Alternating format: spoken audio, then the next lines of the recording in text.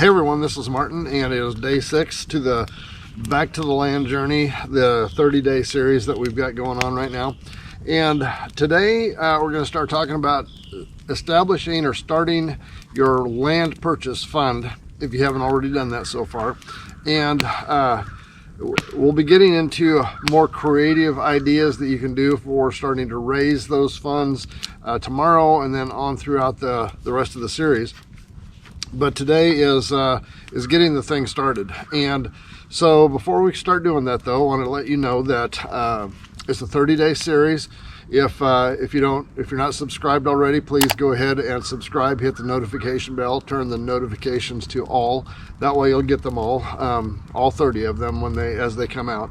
And then the other thing is that once we started, we decided to publish a companion book to go with us called Back to the Land. And you don't have to have the book. I'm a little too close to the fire this morning. It was going that way. You don't have to have the book. The video series by itself is enough. But the book does fill out some of the gaps a little bit more in the videos and gives you a place to make notes and things like that. If you want to get that, it's available on Amazon. Information is down below the video here on how you do that. If you want to get a copy for $3 less than what you would get on Amazon, that information is down there too. What it is we'd ordered some semi-edited versions of this real early on that we could kind of browse through and make sure that we had everything correct in it. And so there's typos in it. So if you want to get the typo book, it's got the same information, just has typos in it you have to get through. It's $3 less. Information is down there on that as well. So start building your land purchasing fund. It said that the best time to start something like this, or to start anything anyway, is last year or maybe 10 years ago. The second best time is today. So if you have not started actually putting together funds or an account, or you can start building funds for land purchase, today is the day to start doing that. And the importance of it is that I've said in a number of videos that your land is going to be kind of the centerpiece of your whole Back to the Land dream. And if you don't get something started,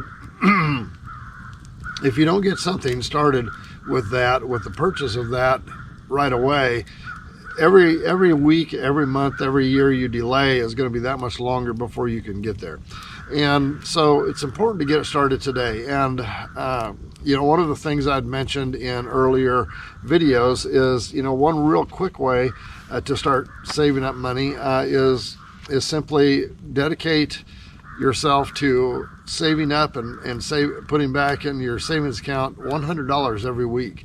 And if you're able to do that, that adds up to $5,200 per year. And if you multiply that times 5 years, which we're kind of working off of a five-year overall goal for this, that's over $26,000. And that will go a long ways towards purchasing a piece of land. We're going to get into in a few days here whether financing or paying cash is the most appropriate or the best way to go, and both have merit, but there are advantages to either one of them, and we're going to go over that. But the important thing is that if you haven't started the savings process yet, it's time to get started and get started really today. And so that's going to be part of your job today, is make a decision that today you're going to start that land purchase fund. Now, a lot of you are going to say, and I've heard it 100 times already, a lot of you are going to say that, well, I can't even afford to pay my bills or survive the way it is on what I make. And that probably feels true, but when you stop and think about it, there's thousands and probably hundreds of thousands or millions of people that are more than likely in better or in worse condition than what you are financially. And they're getting by about the same. So they're getting by on about the same way, only on less. So if that's the case, then you can do that too. You can find a way to set aside a certain amount of money every week for that. I'd also mentioned in earlier videos that anything that you can build around a skill that can help either increase income or reduce expenses will also help on this. So if you're able to, if it's the time of the year where you can do a garden and where you can start pulling garden produce and start spending less at the store, that's money that can be diverted towards your land purchase fund. If you have a skill that you can put to work as kind of a side gig outside of your regular income, where you can start taking and making a little bit of money on that, that's income that you can put in there. I've had people that I know have actually built the little calendar, or not the calendar, but the thermometer that they'd hang on the wall that has the, you paint it in red with, numbers up the side for certain dollar amounts, and you paint it in as your income or as your savings climbs, that thermometer climbs up, gives you a little bit of motivation on how to do that. And something's going to happen if you commit to doing that. There's going to be something that's going to happen in your life there's going to be two opposing forces that are going to see that money there.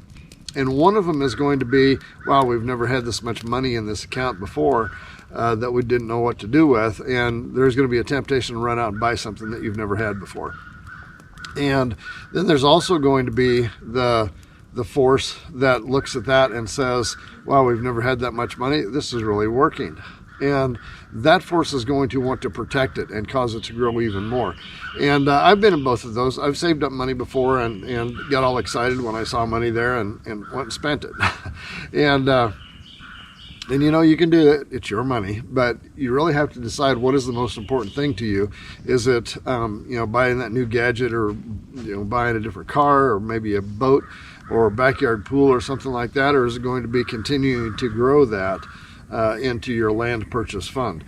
And so it's very, very important to get it started. You're not going to get the kind of horsepower you need behind it until you get it started, and then you consistently put money into there. Tomorrow we're going to be looking at some options that you can apply to that savings or that money creation process that are a little outside of what most people normally think about. And so that one is going to be called saving and selling. And that one is where you start getting creative and can actually start putting big chunks of money back into that dream or that goal of yours. There's been times using a couple of the techniques that we've used in there where we've been able to put multiple thousands of dollars in 1 month. So there's a lot of ways to do that. You can't just kind of focus on, well, I make this much money and it costs me this much to live, and so I've got $3.42 left every week to put. But you got to stop thinking about that.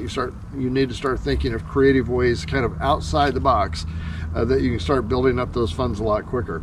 And we'll go into more of that tomorrow. And so if you could, subscribe, hit the notification bell, and we'll see you tomorrow.